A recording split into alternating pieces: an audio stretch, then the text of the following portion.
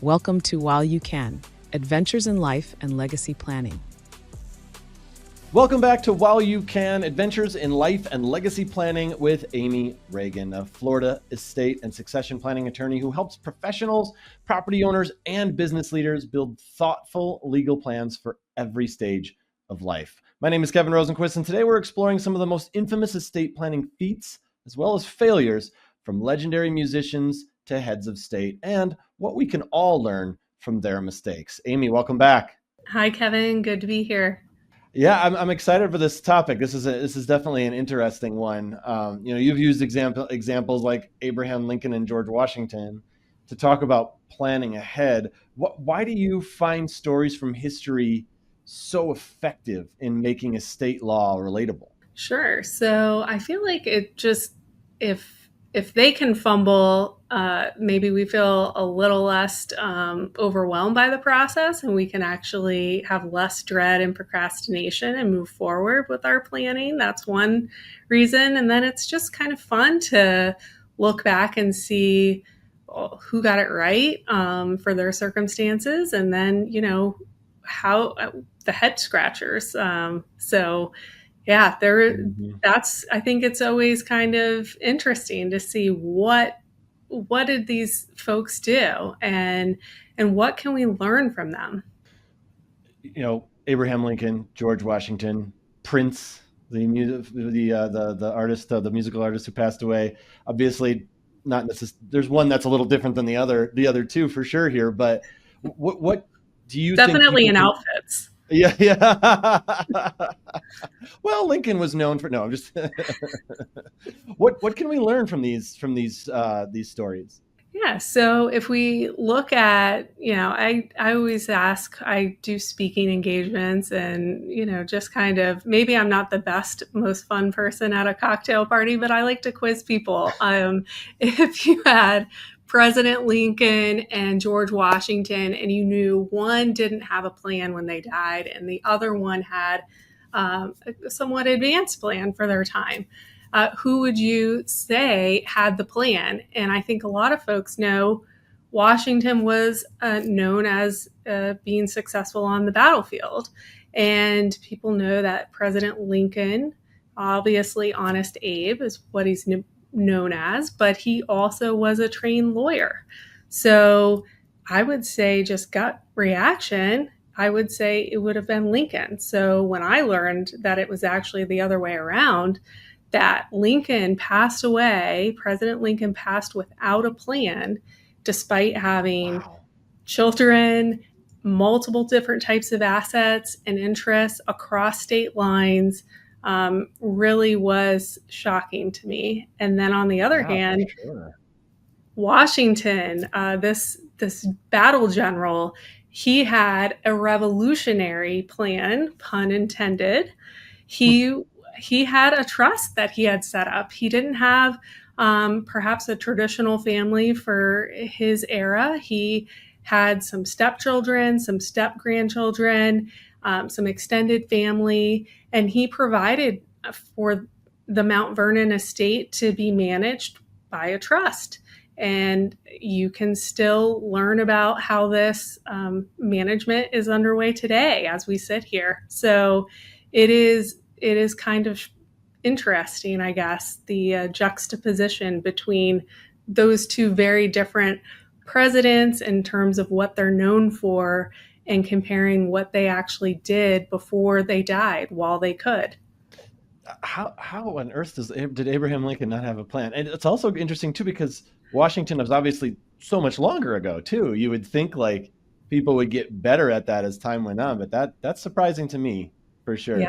Yeah. For sure. So it really invited, by Lincoln not having a plan, it invited strife and disharmony in his family. His estate was ultimately carried out in the court system, where his son Robert took positions opposite his mother about what belonged to whom. And because he died without a will, his estate was subject in part to the Illinois intestacy laws, and would have, under that law, be divvied up equally among his two sons and his widow. But there were complicating factors because he had real estate and other assets in different states. He had some items in Washington, D.C. There were also some personal effects that maybe my personal notes that I write to myself or some draft letters that never got sent, nobody is going to care when I die. But when you're Abe Lincoln, honest Abe, people care. And so his widow claimed ownership of those papers, and his son, Robert, argued that they belonged instead to the estate and should be divvied up accordingly. So this went on for years. And I think that President Lincoln would not have wanted that level of discontent in his family. I think he would have liked to have avoided that. Obviously, he would have liked to have avoided his untimely death as well, but that's why we make a plan while we can.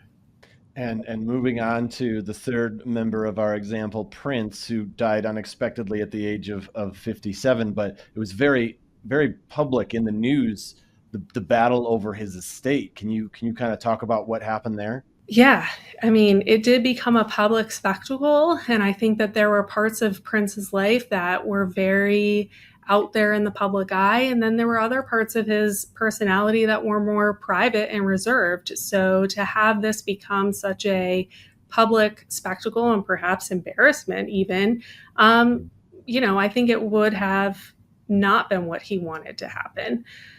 Without a will or trust, his estate was subject to a long and costly legal process that took several years and really a lot of millions of dollars to settle. He had a sister and several half siblings that took equal shares, and he had substantial estate taxes. So when you pass away with assets exceeding the threshold, that there's some states that have estate taxes, Florida does not. The federal government does have some very high thresholds currently, but a few decades ago it was much lower, definitely less than $1 million. So now we're several $1 million before you get to a taxable estate. But someone with Prince's level of wealth could have done a plan, likely would have involved some trusts or entities or other advanced techniques such as charitable giving or advanced giving while he was alive. There are a lot of different techniques that really, in opportunities that went unseized with Prince. And it's somewhat unfortunate to see the way that things played out so publicly and so expensively and for so long. Mm-hmm. I remember that dragging on for a really long time. So what happens in Florida if someone passes away without a plan? Sure. So that's what's known as dying intestate. We kind of touched on it a bit with President Lincoln and the Illinois intestacy. But here, Florida today, 2025, we have Florida intestacy statutes that apply. And that just means they died without a will. And the statute says what happens in that circumstance. It dictates who inherits. It's not quite as straightforward or simple as it might sound. It's because there is court involvement, and you have to do, usually with the help of a lawyer, you have to do an inventory of assets, debts, creditors, heirs, and you have to provide notice and vetting of heirs and creditors, which you can imagine may pose a significant challenge, an expensive challenge, if non-credible claims are brought against the estate, or a family later on says, oh, here's this will that so-and-so made before they died. And then you have to vet, is it really a legitimate will? Was it executed properly? And while there are some it's called summary administration in Florida. There are some summary procedures that are supposed to be more straightforward and streamlined, and they can be deployed for very narrow situations, such as a very small estate or when it involves some exempt estate assets, such as a homestead. the length and expense of such court process should be less, but it can always vary just as much as someone's family types and dynamics or the types of their assets can vary. So a story that I'm curious about that I've heard before is that Aretha Franklin hand wrote her will. Is that true? And how did that go? Yeah, the Queen of Soul. She had a unique and very risky plan. She was not a Floridian that I'm aware of. So this was in the Motown area in Michigan, and she passed away with about $80 million her estate was worth. She did have a will, and many thought that she died without a will. In fact, she didn't just have one will, she had two dueling wills. So there were differences and conflict arose. So they were found months after she had passed away. So this is just a little nice segue to point out that when you do an estate plan, it's great to be proactive. It's also great to notify those who are going to be there to pick up the pieces when you pass away and let them know, hey, I do have a will, or I do have this trust or this planning document in place. So when tragedy strikes, it's not a treasure hunt, okay? For Aretha Franklin, her plan was risky because it ended up being litigated for more than 5 years. Think of the lawyers' bills just alone, not to mention the time and the distraction and strain on the family relationships. Her latest will was from 2014. It was in between her couch cushions.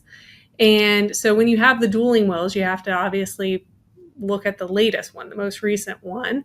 And you just can't even imagine. This is stranger than what you would imagine. In between the couch cushions, she did not have a formal will. It was, as you mentioned, handwritten and no witnesses to it. That's known as a holographic will. And no, it's not shiny and three-dimensional. It just has a fancy name. And they are not enforceable in Florida. In Florida, you have to have witnesses to a will. You also need you can also have a self-proving affidavit, which we do for all the wills that I create. And you have an affidavit that's notarized saying, yes, I just signed my will in the presence of these witnesses. And then those witnesses attest to the same. So what can we learn from the Queen of Soul? We should have some RESPCT for ourselves and our loved ones and have a plan, have a proactive plan, have one that is legally enforceable in the state that we reside and where our assets are. Keep it up to date and do not hold on to old wills without clear indication that they have been revoked. I think that would have saved at least some months off of the whole ordeal. And then really just where it was kept. Yeah. Is kind of a head scratcher. By the way, props for the RESPCT reference there. I like that. That was great. Yeah. The couch cushions. It seems so insane. Like you can't help but go like, how did that happen? But at either way, I mean, you said you'd like to talk about this when you do speaking engagements. I imagine this segues into why it is so important to store estate planning documents somewhere secure and accessible. Correct? Absolutely. So that can be a number of things. Again, it is tailored to the client. Some clients in certain locations especially have aversions to keeping things at a bank, and they choose to keep it in a fireproof safe at home and let their loved ones whom they trust have access to that. And there's nothing wrong with that. I find many people, though, do feel very comfortable with having their originals stored in a safety deposit box and having those that they trust have access to that safety deposit box. I've heard things about keeping it in a waterproof bag in the bottom of their freezer because that's not somewhere a thief would look. The in-between couch cushions is interesting. Certainly for me, that would be embarrassing to have someone rooting around my couch looking for important documents. It's not where I store them. If anything, they might find some dust and some dog hair. Mm-hmm. A lot of dog hair in my house, that's for sure. No doubt. How does proactive planning help avoid the court drama or family tension that we've been discussing with some of these celebrity estates? Sure. So you're planning ahead. You are conveying in a legally enforceable way what your wishes are. What are your assets? Who are they going to? You don't want to leave this up to speculation and then an all and out hunt for where are Kevin's assets? Oh, I thought he had this. Oh, I thought he had that. Who's getting this? You don't want it to be a knockdown, drag out. Well, Kevin liked me more than you. That is not a legacy that a lot of people, if anybody, would like to leave behind. So what do? You create a legally enforceable document that clearly expresses who gets what and who's in charge of, administering the estate. For example, in a will, you select a personal representative in Florida. That's what we call it. Oftentimes people refer to them as an executor. And I think that's just a very smart way to create family harmony through estate planning. We talked in the last episode, in our intro episode, about people who, don't do an estate plan for whatever reason. One of them was just I'll take care of that tomorrow. But you've said tomorrow isn't guaranteed. How do you help people overcome that mindset? Again, I think it lends itself to kind of proactive measures being better than reactive, especially in the estate planning world. It's just the most cost efficient, time efficient way of handling these things. While you have clear mindset, you're not facing down some terminal illness at the time that you're scrambling to think of everything at one time, if you even have time like that to address. So you do it while you can. And that's why, yes, we can always say, I'll think about that tomorrow. That's all nice. And maybe that works for a while, but eventually tomorrow comes and either you're not here or you don't have capacity to sign those documents. So I would say, let's not kick the can down the road. Let's have some RESPCT for what you've worked hard to set up for yourself and your loved ones, and create a tailored plan that's right for you. Last question for today before we finish up. What's one practical step that someone listening right now can take today to avoid going down the path of what we've been talking about, of making these mistakes? Yeah. I mean, really just take stock, take inventory of what your wishes are, what your assets are, who do you trust to carry out your wishes, who do you want to get what from you when you pass. Just really simple concepts, but just carving out that time to think through that in a meaningful way.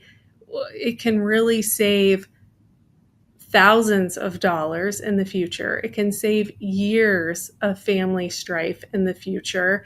And if you have some advanced planning needs, it can even save in taxes.